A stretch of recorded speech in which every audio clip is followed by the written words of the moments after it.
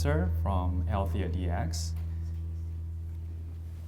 You guys may not know this, but we and Decipher Bioscience we used to be in the same building.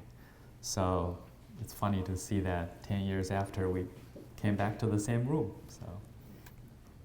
So I'd like to talk a little bit about our test, which is a PGX test for depression.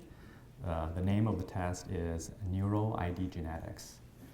And in the audience supporting my presentation today is Dr. David Nicodem, our CEO, and the original presenter, Dr. Babicki, who is a OBGY from rural Nebraska, could not make it today, but he has been very supportive of our test.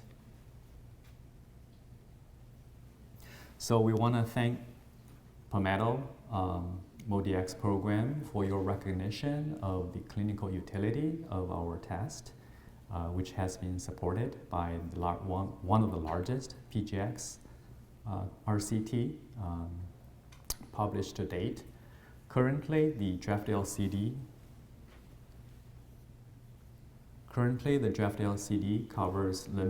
provides limited coverage on neuro ID genetic test that's ordered by psychiatrists for treating psychiatric illness.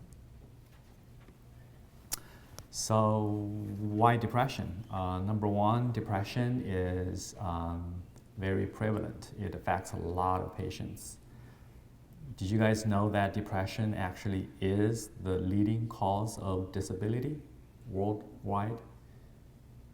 And number two, depression is also very hard to treat. Historically, the remission rate has only been around 11 to 30%, which is not very high.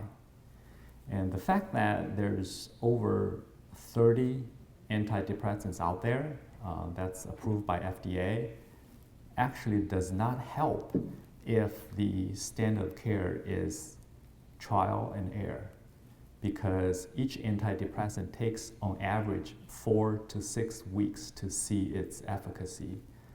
Times that with 30, we're talking about years. It's going to take years to find the right antidepressant for any given patient. So what can we do? Because of the prevalence and the hard to treat, depression has been one of the most costly illness to U.S. healthcare system. The numbers shown here are actually on par with oncology. So this is where we think that to help those patients, this is where we think PGX is going to help. It's not enough just to think that it's going to help. We're going to have to prove that it's going to help. So how do we prove that? The way to prove it is to perform a randomized, controlled, prospective, multi-site study. This is what we did. We call it Bradley study. It was published last year on the Journal of Psychiatric Research. It was done on over 600 patients across 20 independent clinical sites. These include psychiatrists, internal medicine, OBGY, and family medicine. And here's some data to show in the Bradley study.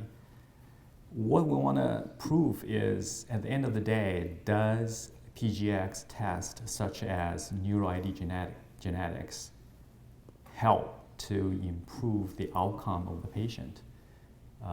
The patient outcome actually is measured by two elements. One is the response rate, shown on the left, and the remission rate, shown on the right.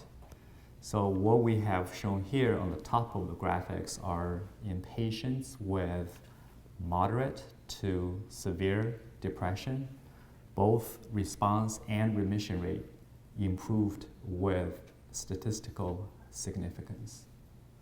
What's even more impressive is in patients with severe depression, which is shown on the bottom half of this graph, we actually doubled the response rate and almost tripled the remission rate. And you will see that the improvement there is compared to the control arm is 170% increase. Just to put things in perspective, right? So back in March, when FDA approved the latest antidepressant, it's called esketamine, the special K, for depression. The clinical trial is done there to approve that drug, showed a 70% increase in remission rate. Here we shown 170%. So the efficacy definitely is very strong. So not only neuro ID genetics test was supported by very strong clinical data, our workflow is also very simple and straightforward. Since the publication of our clinical study, we have received strong support from KOLs, industry organizations, professional societies. So there has been a shortage of psychiatrists in the nation. Overall, as the map shown on the bottom, about 96% of US counties have a shortage of psychiatrists. Consequently, this translated into almost 80% of antidepressants were actually prescribed by PCPs, not psychiatrists, PCPs. So to address this real world issue, what we did in the Bradley study is we designed it such that we want to address the clinical utility in both psychiatric and non-psychiatric settings. So more specifically, out of the 20 clinical sites, more than half of them are non-psych sites. And then over the 600 patients, almost, actually a little more than 1/3 are seen by non-psychiatrists. Based on the strong data from Bradley, which proves the clinical utility for both psych and non-psych populations, we would like to propose that the draft LCD be revised to include the PCPs, those healthcare providers that are non-psychiatrists. In addition, we also would like to propose that the section in the draft LCD that talks about the summary of evidence, right now the way it was drafted, it's missing some of the key data points. These are the p-values, the remission rates and response rates. Remember that 170%. These are very detailed and positive clinical evidence. We would recommend these to be included in the study, in the final LCD.